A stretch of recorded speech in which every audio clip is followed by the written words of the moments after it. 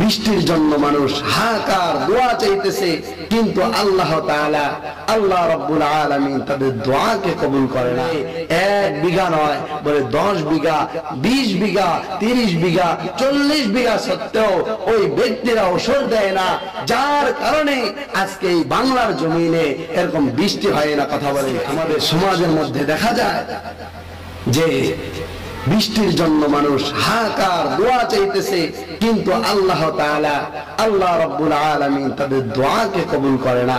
বলে এই দোয়া কবুল না করার কারণ কি? আল্লাহ তাআলা বলেন, যহরাল ফাসাদু ফিল বাররি ওয়াল বাহরি বিমা কাসাবাত আইদিন নাস। জলে এবং স্থলে, জলে এবং স্থলে যা কিছু হয় বান্দার দুই হাতের কামাই।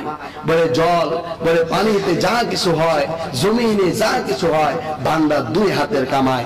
আমাদের বাংলাদেশের মধ্যে দেখা যায় মানুষ হাজার হাজার এরকম মন, হাজার হাজার এরকম টন, হাজার হাজার এরকম মিলিয়ন বিলিয়ন তার এরকম ধান, ভুট্টা, গম, আরো যত শস্য আছে এগুলো তারা মারে। এক একজনের 100 মন মারে, 200 মন মারে।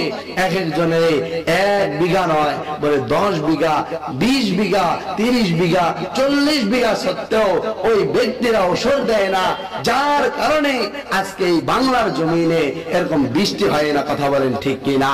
এই জন্য আপনাদের কাছে আমার অনুরোধ থাকবে, আমরা যে যে অবস্থা থেকে আসি, আপনার আমার যেই ফসল করবো না কেন, আপনাকে আমাকে ওষুধ দিতে হবে।